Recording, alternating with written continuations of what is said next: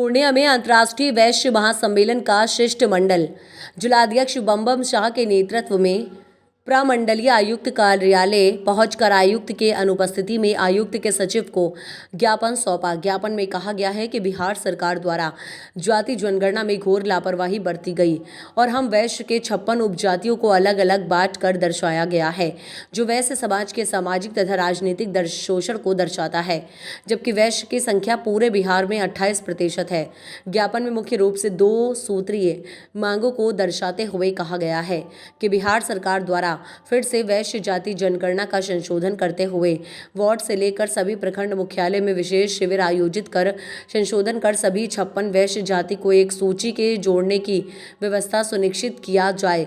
वैश्य जाति के सभी 56 उपजाति को श्रेणी 1 एनेसर 1 में जोड़ा जाए।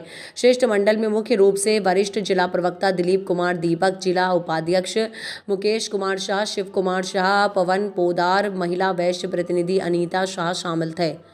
जिलाध्यक्ष बम शाह ने कहा कि उक्त मांग हम वैश्य समाज के वजूद से जुड़ा हुआ है। यदि सरकार 15 दिनों के अंदर उक्त मांगों को लेकर सरकारी अधिसूचना जारी नहीं करती है तो गांव से लेकर बिहार की राजधानी पटना तक व्यापक आंदोलन शुरू किया जाएगा। वैश्य अंतर्राष्ट्रीय समाज की ओर से कमिश्नर साहब से मिलने के लिए आए थे, लेकिन उनसे मुलाकात नहीं हो सकी, तो उनके सचिव से मिल करके हम लोगों ने उन्हें एक ज्ञापन सौंपा है, जिसमें हमारी कुछ मांग है जो जातीय जनगणना से संबंधित है। जिस जातीय जनगणना में वैश्य समाज को काफ़ी टुकड़ों में बांटकर दर्शाया गया है, जबकि 211 की जनगणना में यही वैश्य समाज 22% था। तो तब से लेकर आज तक में 11-12 साल में यह समाज के लोग बढ़ेंगे कि घटेंगे, ये बात मेरी समझ से बाहर है। लेकिन इन लोगों ने इस समाज को इतने टुकड़े में बांट दिया कि कोई 4%, कोई 5%, कोई 3%, इस तरीके से टुकड़ों में बांट करके हमारी जो मंशा थी उस मंशा को इन लोगों ने चकनाचूर करने का काम किया है। ऐसे वैश्य समाज के बारे में सारे लोग जानते हैं कि वैश्य समाज उदार प्रकृति का व्यक्ति है। ये सामाजिक सेवा में रहता है, समाज के कल्याण के लिए दिन रात चिंतन करता है। धर्मशाला बनाने में देखिएगा वैश्य समाज के लोग आगे हैं, और कोई भी काम हो जन सेवा का, सब में वैश्य समाज आगे है। फिर भी इस वैश्य समाज के लोगों का दोहन, शोषण सब कुछ होता रहता है। और उसी की कड़ी में एक कड़ी ये भी है कि जनगणना में हम लोगों को पिछड़ा दर्शाया गया है, ताकि किसी प्रकार का कोई राजनीतिक सामाजिक लाभ हम लोग प्राप्त नहीं कर सके।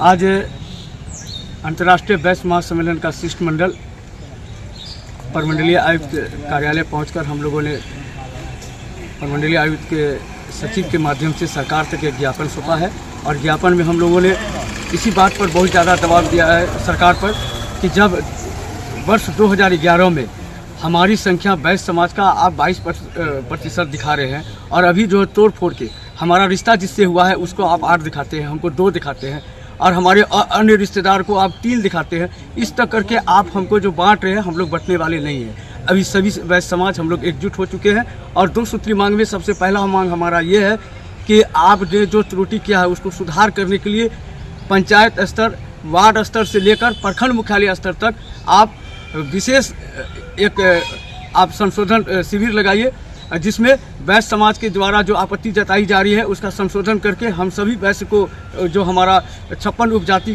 के वैश्य हैं, सबको एकजुट होकर के उनको आप जनगणना में दर्शाइए।